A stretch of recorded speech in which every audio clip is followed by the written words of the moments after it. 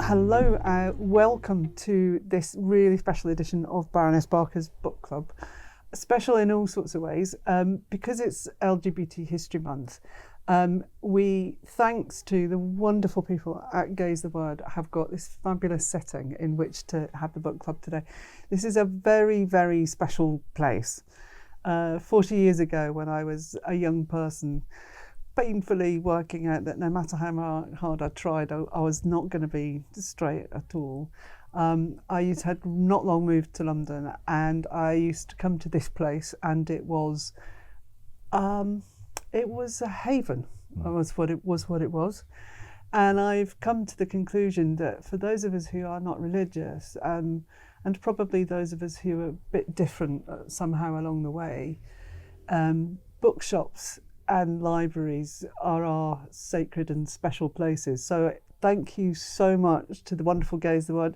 To those of you who've not been ever, to those of you who've not been in a long time, to those of you who have never seen the film Pride, go and watch it. Please, if you can, come and visit this very, very special place, which has been such an important part of our community and is again tonight, because we are in Lesbian and Gay History Month, and the theme for 2025 is activism and social change. And today I've got three very different people who have all contributed to or authored books, which in different ways have something to say to us today, learning the lessons of history and looking to the future of campaigning and social action. So I'm going to ask them to very carefully, very, very briefly introduce themselves. And I'm going to start off with the doyenne of our discussions this evening, known to many of us in our community, Miss Lisa Power. Hello, I'm Lisa Power. I'm a dyke who's been around for donkey's years, and I'm also the author of a book that came out in 1995. It's an oral history of the Gay Liberation Front in London, and I did it because of the same motivation that a lot of people do history books, which is that people were dying, and we needed those stories, and we need those stories now more than ever. Yeah, indeed. Next, Mark. A familiar face to those of us who have worked in HIV for such a long time, but Mark, please. Yeah, hi, so I'm Mark Thompson. I'm a commissioner in London of the London HIV Prevention Programme. I'm a long-time black queer activist, and my work has been deeply rooted in trying to address the HIV epidemic in my community, but also really working around community development and community engagement across queer and creating queer spaces. The book that I'm kind of featured in is Our Stories Told by Us, which is a narrative of the Black and Black African experience around the HIV epidemic in the UK. And those stories are really important because very often when we think about that narrative, that's the one area that's missed out. Mm-hmm. And last, but absolutely not least, by any means at all, Robin, you've a very different take on it, but very much important. Robin, your book. Yeah, well, I'm Robin White. I'm a barrister at Old Square Chambers here in London. And about 3 or 4 years ago, I wrote a book called A Practical Guide to Transgender Law, working with a cis straight woman colleague, Nicola Newbegin, who is due equal billing on the book, and it was the first time that protected characteristic had featured in a particular book, and we aimed to write a practical book that was for lawyers and for trans people and allies, and we hope we hit the mark there. It's come out of some of the legal work I've done. I've worked across all 9 protected characteristics, but I'm known particularly for cases like Taylor and Jaguar Land Rover that extended protection to non-binary people. And in April 2025, depending on when you're watching this podcast, I am going or will have tried in Canterbury the first case to decide whether a sport is a gender-affected activity, which hasn't come before the courts before. Okay. And because of that treadmill, the new version of A Practical Guide to Transgender Law will be out sometime later in 2025. Brilliant. 3 very different takes, but all of them equally important, because they all have something to contribute to this issue of our community and activism and social change. So, Lisa, do you want to say a little bit more about your book and about that thing about how the GLF, the Gay Liberation Front, began? Well, the Gay Liberation Front, like quite a lot of ideas around modern gay resistance, and I'll just use gay because that's the wording that they used then. As a historian, I'm always trying to fit my terminology to the period I'm talking about, and really it moves very fast. The Gay Liberation Front flowered and disappeared quite quickly in the 1970s, but it was the root of almost everything in any way radical in the UK around queer revolution and liberation, and it was basically a lot of what we do now is about equality, LGBTQ equality. Well, anybody in GLF worth their salt would have said equal to what? Is it worth being equal to? Because they were about liberation. I did the book because in the 90s, we didn't at that point have any treatment for HIV, and a lot of the gay men who had been in the Gay Liberation Front were dying, some of old age, but mostly through HIV. And I wanted to capture those voices and capture those stories, because one of the things that infuriates me about queer history is the way in which an awful lot of people rewrite it to suit their current preoccupations and their current politics. And I thought it was really important to get the actual voices of the people who were there and the knowledge of what they were actually thinking and what they felt about what they'd done, before it all got mangled up by people rewriting it and frankly sanitizing it quite often for the current way things are. One of the great joys of my role in all of this is that I get to read books. You know, what's not to like? And I get to go and reread the book. And actually, rereading your book the other day, I was struck by two things. And I have to say, I don't know when people are going to be watching this, but we are doing this in the week when Donald Trump has just ripped up the world order, basically. The international rules-based world order. The lawyers are fighting back. Yeah, well, we're gonna don't steal my thunder, mate. We're carrying that. We're carrying that. We are dealing so much of what happened with the Gay Liberation Front in England was taken from what had started off as a sort of vaguely hippie-ish movement in America, and also absolutely central to it was the idea of diversity and inclusion and allyship. We are fighting for gay liberation, but we are doing it alongside other people who are disadvantaged. And that is visible in the very first manifestos of the Gay Liberation Front from the US. In fact, the first manifesto in the US was written at a Black Power conference and came out of that. So there are huge parallels there.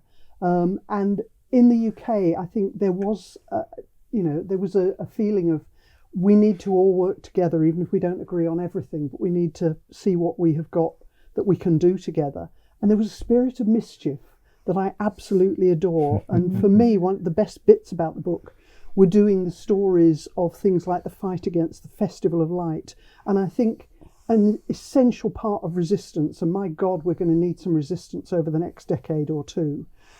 A central part of resistance is mischief making and chaos, and making people realise the absurdity of the horrible people who hate us. So that was a key thing for me in it.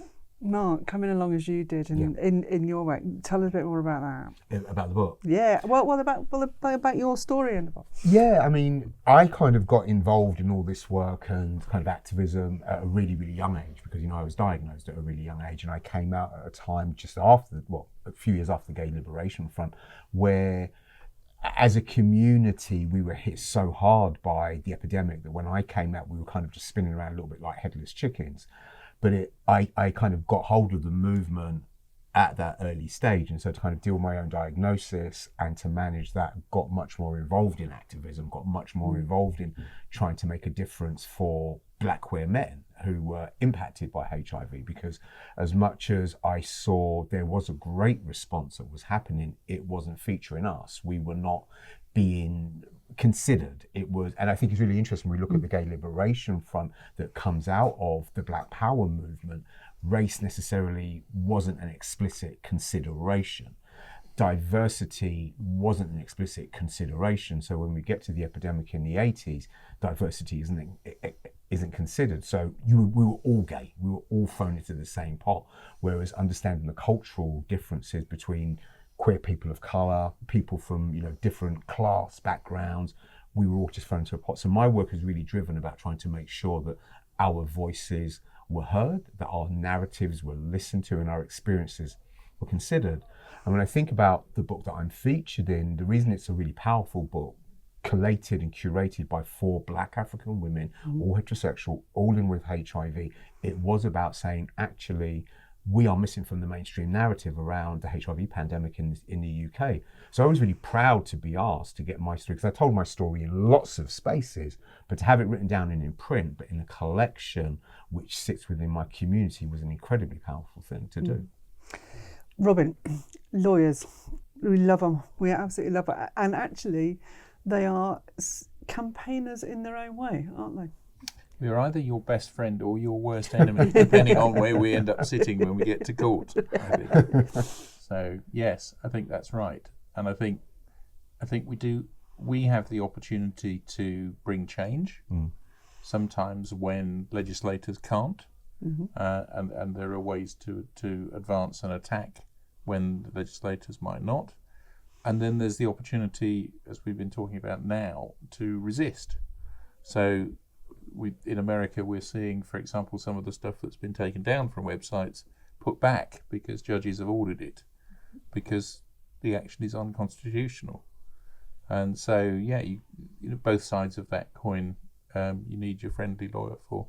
Yeah, it was one of I do go back to the film Pride. One of my favourite moments in Pride is the moment when a minor is being arrested, and it's a gay person who stands up and says, "Hang about, have they followed the law?" And it's all because, as a community, we were we were on the wrong side of the law for so long. We knew what the law was.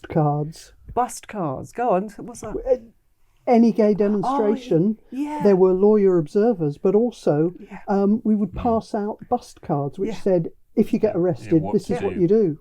Yeah, fortunately, it wasn't me that went along to Brighton Police Station to collect my purse that I had lost, that actually had that inside. Apparently, the person who picked it up, the copper handed it back, went, always nice to know what the opposition's thinking. One of the best moments in Taylor and Jaguar was when the counsel for the employer turned up to make their submissions at the end, and were maintaining that the employer was completely free of any form of liability because they'd done everything they possibly could have done, which included not training HR, having HR say horrible things to the client, all the rest of it.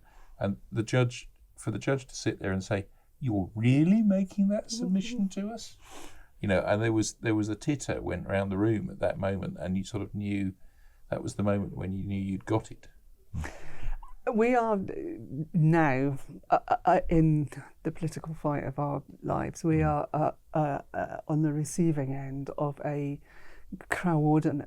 international coordinated campaign against human rights, or to destroy human rights for everybody. And some of us are at the forefront of that. From the things that you've experienced over all of your time, what do you think are the key things that you would want to pass on to somebody who was at the start of a journey, a bit like yours now? Well, I think things are different now because of the way that we communicate. Yeah. And I think one of the things that I really feel strongly at the moment is, don't just sit and doom scroll, and don't feel despair. Because I think it's really important that we put out there what people are doing to resist. That we don't just, people need to know the awful things that are happening, but they also need to know what people are doing to resist. As you say, there's a lot of lawyers coming to the front line, but there's a lot of other people in their everyday jobs resisting this in various ways. And I think we need to push those stories out, because what we mustn't do is despair. The reason that fascism triumphed in the 30s was because people stood there and let it roll over them. And they didn't believe how bad it could get. If we don't remember how bad it can get, then we are stuffed. But at the same time, we also need to remember that you can resist.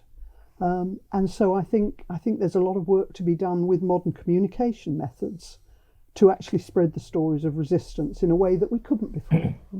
Mark, does that ring with you? Yeah, I mean, it does, definitely. And I think you're absolutely right. We have to continuously put the noise out there, continually talk about, resistance, but also find curious interest. And I love the way that you talk about mischief, right? And these are the things that we need to create. If we think about, movements like ACT UP, back in the day, that wasn't just doom and gloom. It was, okay, we'll do direct action, but some of that direct action might be really challenging, might be really fun, might be, really engaging. But I think for me, I come at it from a slightly different angle. And I think if we look back at some of as a black queer man, I look out at the world, and what's happening now isn't new. I mean, this has been continuous. There have been lulls in our life where it's been calm and things have been cool, but for the majority of time, it's always been a bun fight, right? Because I'm dealing with racism, and then I'm dealing with homophobia, then I'm dealing with the system. And I think that there's a thing which I think we need to recognise. If one of us is unwell in our community, we are all unwell. And there are many of us in our community, many cisgendered gay men in particular, who think, we won the battles. We got gay marriage, we can have a nice home, and we can be on the TV, we're represented, so that's okay. But we don't actually stop and think, well, if they're coming for our trans siblings, it's going to be us next. And I think if we look at moments like Section 28, that felt like an attack on the entire community, and we were galvanised by that. So there's something for me about us as a community stepping back and going, this is impacting all of us. And if it's not impacting us all today, as you said, Lisa, we've got a hard ride ahead in the next 5, 10, 15 years. So we need to wise up and kind of think about that. I think one of the things that did get us through all the things that we went through in the past wasn't just that the initials all supported each other, and they did, but we also went out of our way to build allyship. We went and built allyship with women. We may not have done it always in the best way possible. We did with other minority communities. And I think one of the things which is actually discombobulating people at the moment is that those old dividing lines they're not the same, and we're now on finding people who we thought would be allies are on different sides of the argument, and that we are having to really readjust to. Does that kind of, that must play into your everyday work, doesn't it? Oh, it certainly does. I mean, one of the practical examples of how we can win is that the Equality and Human Rights Commission put out a non-statutory version of some further guidance on single-sex services, and they were too scared to try and get it through Parliament because it's wrong in law in a number of ways. And I wrote a piece and described it as a train crash, and their board minutes 6 months later recorded that industry wasn't following their new guidance because it was just wrong. And there is the opportunity to get that out there if you can produce something that's powerful. And to say, this narrative that trans rights are in conflict with women's rights, is being played very strongly by some elements, and it's just wrong. It's not right. People have much more in common than they have in terms of difference, and finding that communality is the way forward. So, on to my whole reason for being in this wonderful place to see books. Come on, books. All right. What are the books that you would recommend to somebody who wants to, from our community or as an ally, who wants to be inspired and to bring about the social change that we need? I am not up with many of the current books, but I think there's a spirit that you need to look for in a book, which was when I was coming out, stuff like Ruby Fruit Jungle, stuff like Oranges Are Not the Only Fruit, stories of people discovering themselves. There's one at the moment, I can see it behind you, Neon Roses by Rachel Dawson, which is the story of a young girl in the Welsh Valleys discovering her sexuality during the miners' strike. And actually those stories of personal strength, I'm not good at following manuals of how to do a revolution. I think the best ones are pretty much made up on the spot, frankly. Okay. But I think it's about that sense of personal power and personal agency, and that you can do something, and you can be your authentic self and stand up to stuff. That's where I come from on the books. And there are some great books out there, you know, all of the ones that we've had to do with, many others. But I think, you know, seeing what works for you and what worked for me was those stories of women standing up for themselves. Marv? I mean, I dive, like Lisa, I mean, I dive a lot into gay fiction, you know, and that really kind of set me on the path, because it gave me different worlds that I could imagine that I could be, you know. And so when I discovered Tales of the City when I was like 21, I was able to go, oh my gosh, you know, this amazing queer life in San Francisco, pre the epidemic as well. So this time of innocence, this time of freedom. So, you know, I always say to younger people, to my younger queer siblings, you know, you've got to discover Maupin, you have to read Maupin. Can I just say, I met him a couple of, I came over all fangirl. That's why I didn't go. I could barely speak. That's why I didn't go. But for me, I mean, I think if I was to recommend books for people to read, you know, Let the Record Show by Sarah Schulman, the oral history of ACT UP is an absolutely essential piece, because it tells us what we can and we shouldn't do, but it also tells us how we fight back and the struggles and the challenges that come from within that. In the Life, edited by Joseph Beam, was the first Black gay anthology of a collection of writers from the US. And I remember coming here to Gaze the Word after seeing an advert in Capital Gay in 1987 and marching up here and kind of sneaking in the door. And this was the only place I could get a copy of that book. So I think it's a seminal text, because it really tells us about what we can do as Black queer men. And then finally, you know, I'd be remiss not to talk about Revolutionary Acts by Jason Okundaya, which kind of tells the story of Black queer life in the UK. It's told through the eyes of 7 men in South London. And that's a really wonderful snapshot. And it's celebratory and it's gossipy. But it's also political, and it also tells us, you know, we've had these really difficult, challenging lives, but we created the most amazing spaces and community out of it. Robin? Well, there are a couple of writers that I recommend people to read. I mean, trans is still the rarest of the protected characteristics. And Sean Fay's book and Paris Lee's book, both, I mean, I transitioned relatively late in life. Those are both books written by young trans women. And they explain, I think there's still a need to explain to people what it is to be trans. What the narratives told in the opposite direction are all about sexual deviancy and horror, and that's what the opposition attempts to create. But if you read those 2 books, they explain what it's like to be a young trans person, and the drivers, which are not, you know, not sexual, not inappropriate. They are just a desire to live life and to be allowed to live life appropriately. And it cuts the legs off the gender critical writers to have those narratives out there and, you know, get them out there, get them read. Yeah. I think that's true, but at the same time, I really love the stuff that is very transgressive. Yeah. And if you look at stuff like Ross Caveney's Tiny Pieces of Skull, which is a genius piece of writing, which, as an observer of trans life rather than part of it during the 70s and 80s, it rang so true in a really strange, picaresque, weird way.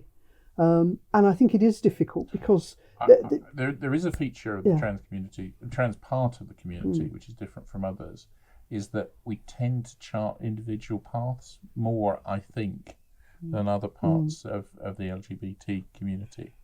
And mine has been a very individual path. And I read the books about other trans people and go, oh, that's how it worked for them. Yeah. But it's not the same as it worked for me. And I think, you know, learning about that diversity, I love diversity. I think it's one of the greatest features of the world we live in. And I mean, a slightly ridiculous example, last year I did a case related to a Sikh temple. and I'm not particularly religious, and I was acting for one of the priests in the temple, and learnt about their life and the way in which their life is arranged, and learnt about a new piece of diversity, and I love that. I've got 2 books, and they're both really a bit strange in a way, but absolutely go to the heart of what we do.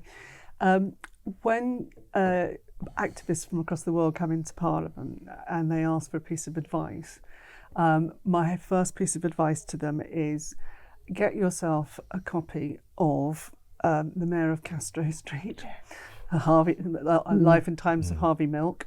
Get a big box of hankies because you're going to cry your eyes out, and get a friend who will be there for you when times are tough, because they will be. But it is still, I think, one of the best and most inspirational books about activism. And strange one, a book that I only recently read, Tom Bingham's book about the rule of law. It's not a legal textbook. It is one of our greatest law lords trying to explain in very accessible terms of what is the rule of law. Now, there was a time in the past when that would have made my eyes glaze over, but frankly, do you know what? I think it's one of the most important things right at the moment that we all should know about.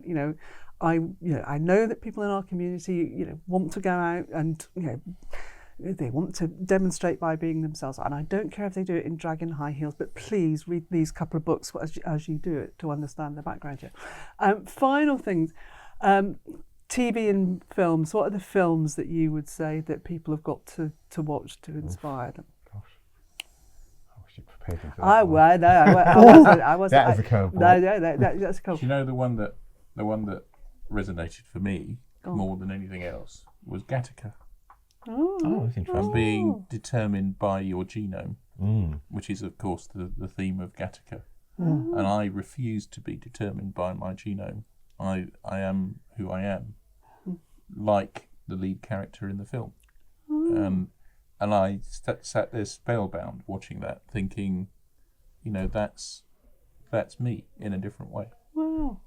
A film I saw in Lincoln Center in New York when it first came out at a film club, and I shall go back and watch it again in a completely It's just new wonderful acting. It's a great film. Okay. And there are loads of really good LGBTQ films now. I'm very lucky because I spend a lot of time in Cardiff, and the Irish Film Festival is there every year in October, which has a huge diversity of queer film.